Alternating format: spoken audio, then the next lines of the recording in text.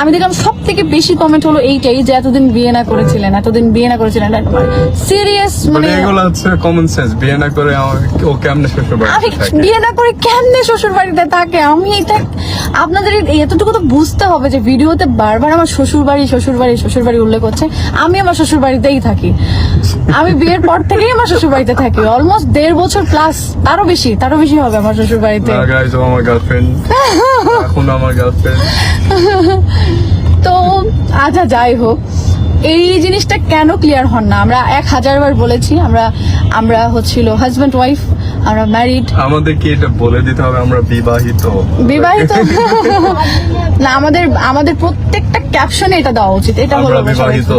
হ্যাঁ, আমাদের ক্যাপশনে ট্যাটু লাগাই দেবো তোমার কপালে। হ্যাঁ, ট্যাটু লাগানো উচিত, তাছাড়া হবে না, সম্ভব না। কারণ আমরা এতবার বলছি, তারপরও আসলে কাউকে এই জিনিসটা বুঝাইতে অনেকে, আর যারা ইচ্ছে করেই করে, এটা খুব স্বাভাবিক।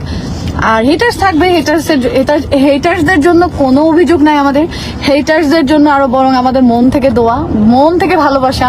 হয়তোবা আপনাদের প্রতি একটা কোশ্চেন, আপনারা কেন হেট করেন? আপনার মানে কি রিজন আছে আমাদেরকে হেট করার? বা হেট করতে পারে বাপি, হেট করার অনেক মানে রিজন আছে। এটাই কি পিওর জেলাসি মানুষের? কেন কেন না, হেট করবে কারণ কি জানো? স্বাভাবিকভাবে যে তুমি তোমার ভালো মোমেন্ট গুলো শেয়ার করবে, এখানে সবাই মেনে নিতে এটা তো পারবে না। হিংসা স্মৃতি। এটা কেন মানুষ হিংসা করবে বলো? জানি না, মানুষের ভালো দেখলে কেন এটা খারাপ লাগবে? কি জানি না, অনেকের কাছে এগুলো কেন এত খারাপ লাগে সেটা জানি না। বাট আশেপাশে আমাদের দিন দুনিয়াতে এত কিছু হয়ে যাচ্ছে, এত মানে ক্রাইম হচ্ছে, এত খারাপ কিছু হচ্ছে, অন্যায় হচ্ছে, এত বাজে কিছু হয়ে যাচ্ছে, তারপরেও সেগুলো নিয়ে কারো নিজেদের মধ্যেই আছে। তারপরেও দেখবা যে অন্যকে নিয়ে, যাই হোক, এগুলো থাকবেই, এগুলো কিছু বলার নাই। বিশেষ করে আমরা বাঙালি, আমাদের মধ্যে এটা বেশি আছে। তো আমাদের হেটার্সদের প্রতি কোনো অভিযোগ নাই, হেটার্সদের প্রতিও আমাদের অনেক ভালোবাসা, অনেক